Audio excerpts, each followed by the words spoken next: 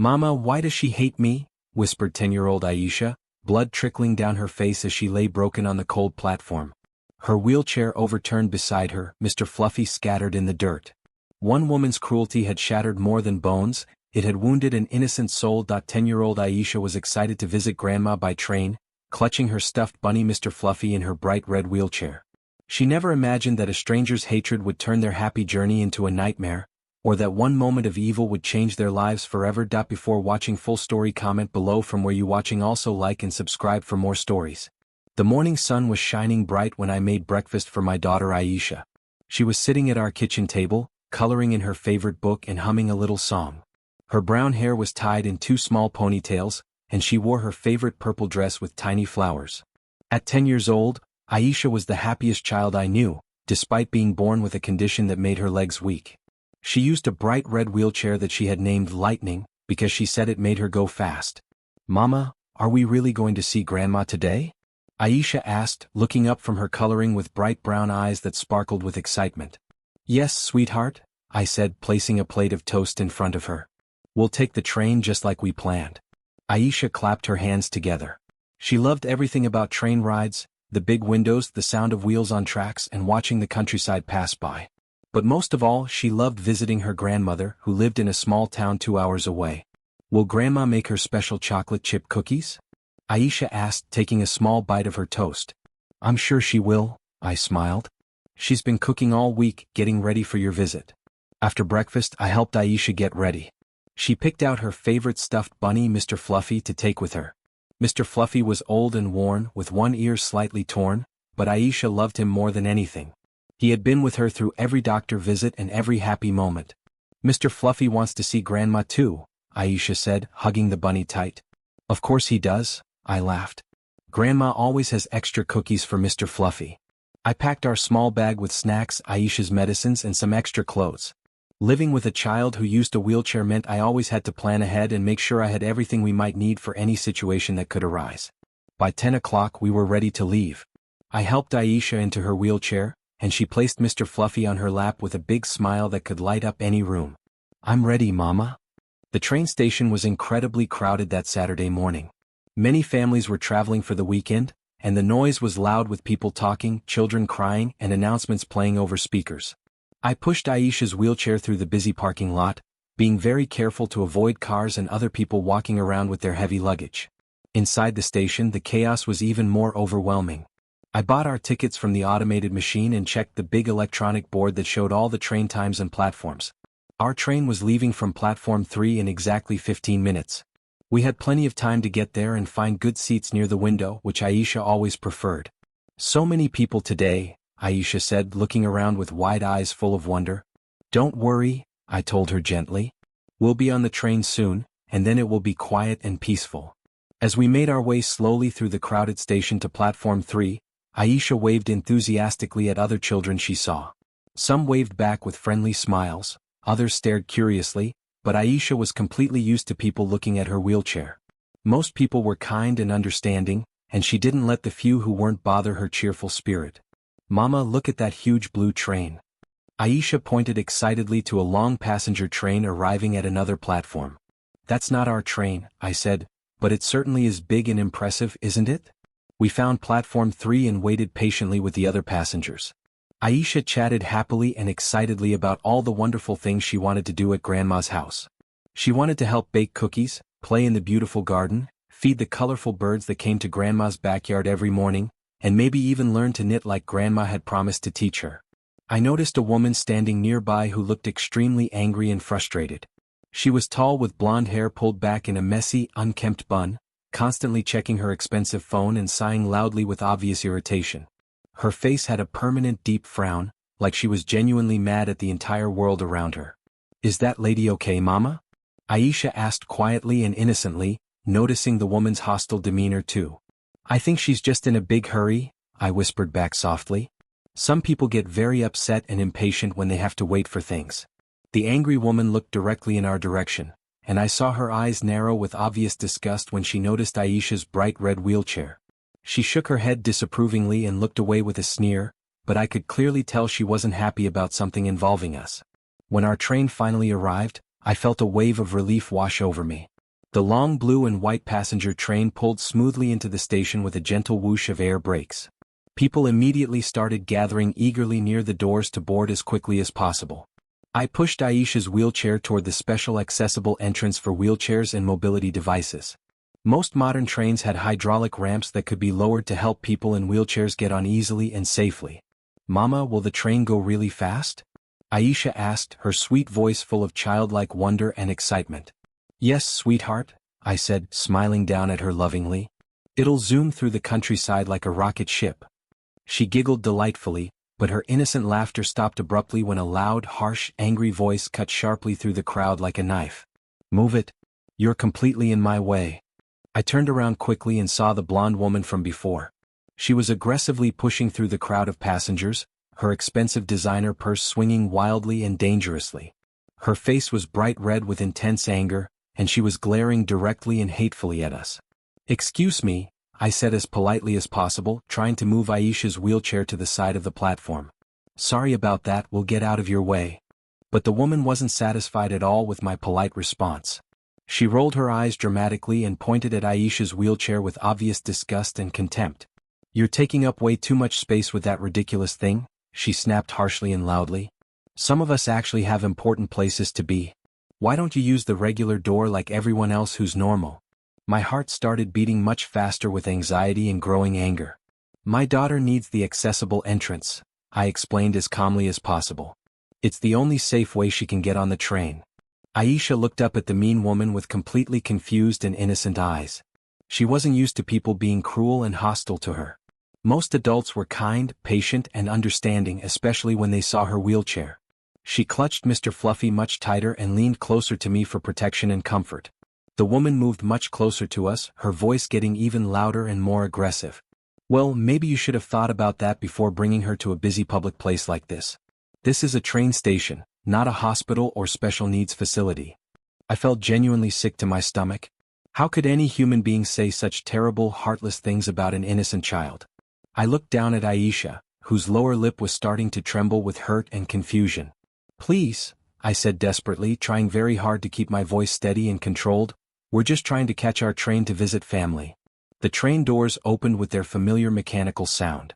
The helpful station worker efficiently lowered the accessibility ramp for wheelchairs, and I felt a moment of relief. We were finally going to get away from this horrible, cruel woman. I carefully pushed Aisha's wheelchair up the ramp and into the train. The inside was clean, modern, and bright, with specially designated spaces for wheelchairs and mobility devices. Aisha looked around with renewed wonder, her earlier tears temporarily forgotten. "It's so big and beautiful inside, Mama," she whispered softly, still holding Mr. Fluffy close to her chest. "Yes, it really is," I said, trying my best to sound cheerful and normal for her sake. "Let's find our special spot." I was carefully securing Aisha's wheelchair in the designated accessibility space when I heard heavy, aggressive footsteps behind us. My heart sank completely when I turned around and saw the angry woman boarding the exact same train car. She looked even more furious and hostile than before. "You think you can just take up all this premium space?" she hissed venomously, pointing accusingly at the wheelchair area. "This is completely ridiculous and unfair." Other passengers were quietly settling into their comfortable seats, but I could see them watching us nervously and uncomfortably.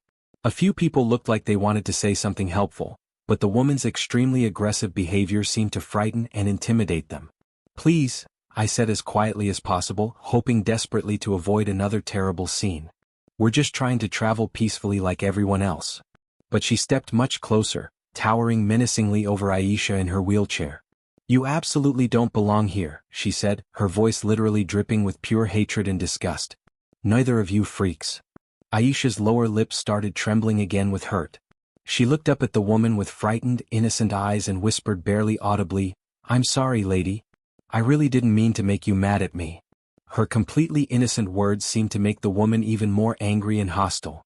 "Don't you dare talk to me," she snapped viciously.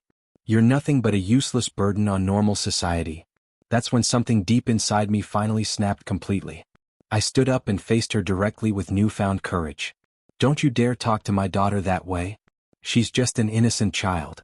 "A completely defective child," the woman screamed back, loud enough for the entire train car to hear clearly. She shouldn't be allowed in public places with normal people. The train gave a small jolt as it prepared to leave the station and begin its journey. In that exact moment, the woman did something so evil, so completely unthinkable, that I still have terrifying nightmares about it. She grabbed the handles of Aisha's wheelchair with both hands and pushed it hard and violently toward the still open train door. The wheelchair rolled fast across the smooth train floor, and before I could possibly react or stop her, Aisha was flying helplessly through the doorway. "Aisha!" I screamed desperately, but it was already too late. My precious 10-year-old daughter, still strapped securely in her wheelchair, tumbled from the elevated train down onto the hard concrete platform below. The wheelchair hit the concrete first with a terrible crash, then flipped over completely, throwing Aisha onto the unforgiving ground. The horrifying sound of her small, fragile body hitting the platform echoed through the entire station. Mr. Fluffy flew from her hands and landed in the dirt near the train tracks.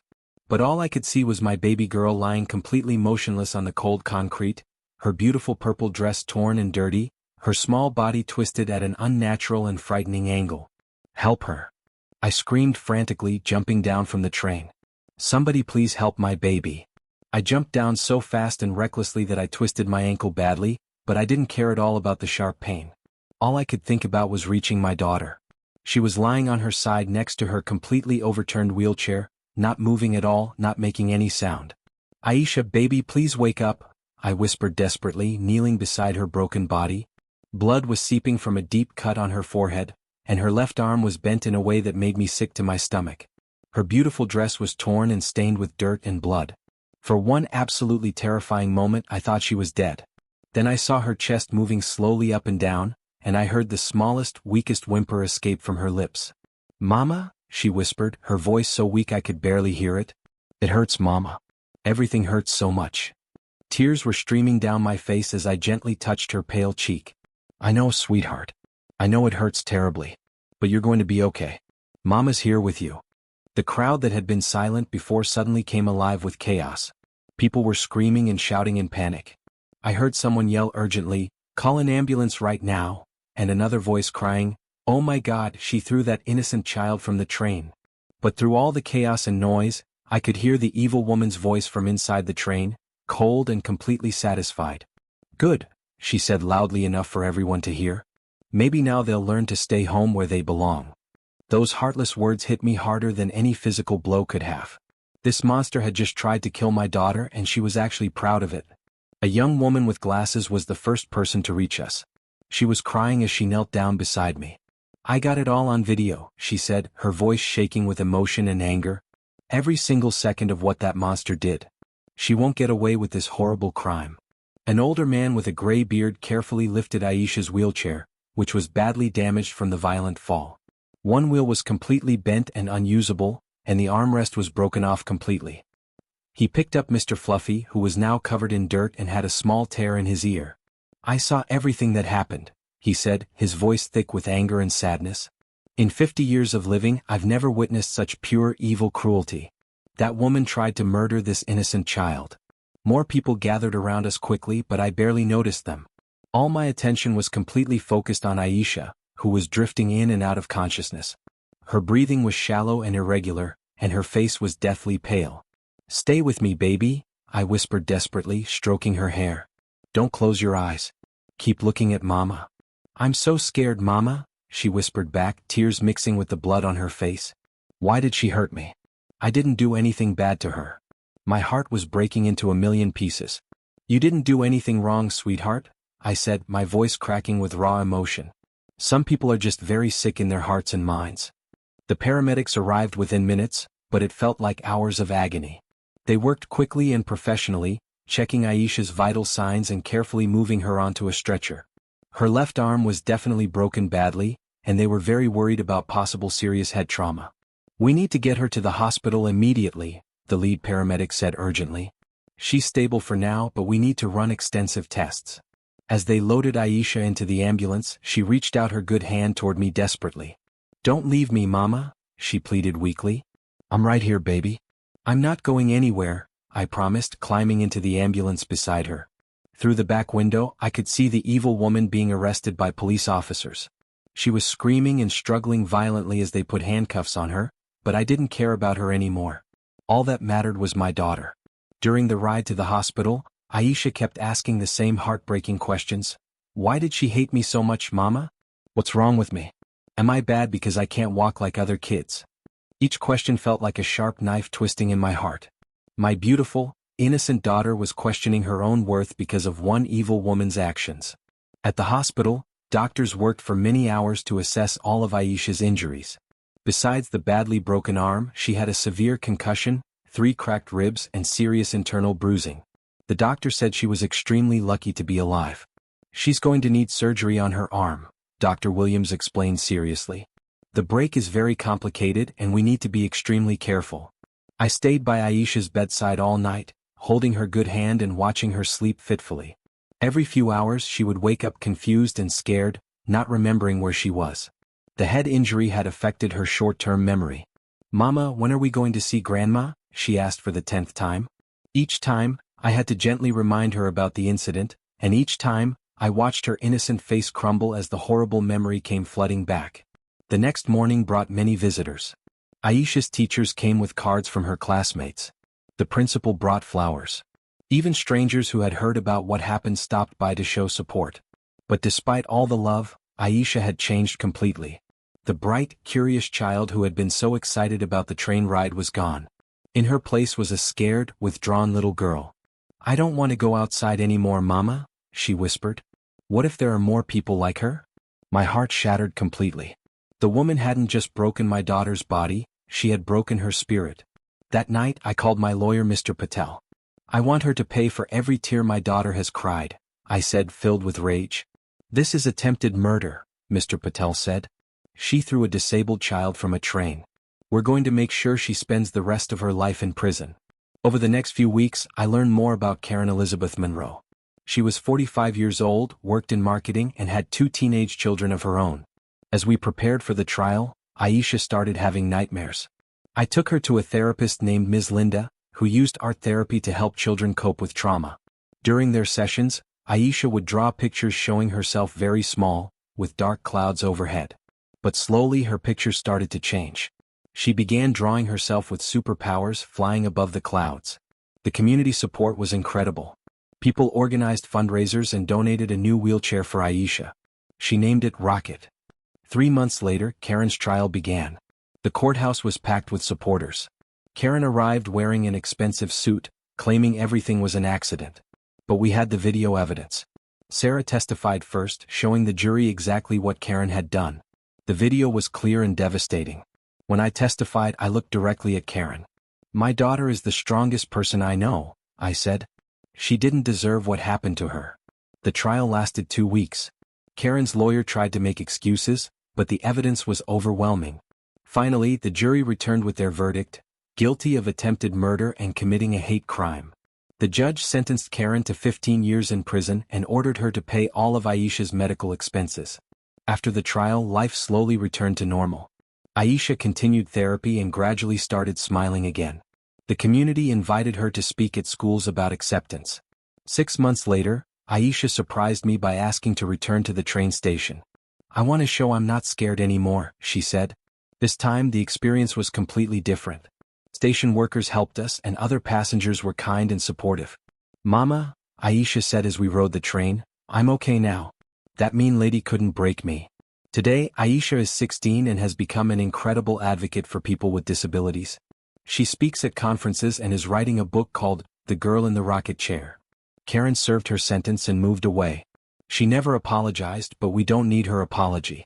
We've built a beautiful life. The incident changed us forever, but not in the way Karen intended. Instead of breaking Aisha's spirit, it revealed how truly unbreakable she was. And that's a lesson that will stay with us forever.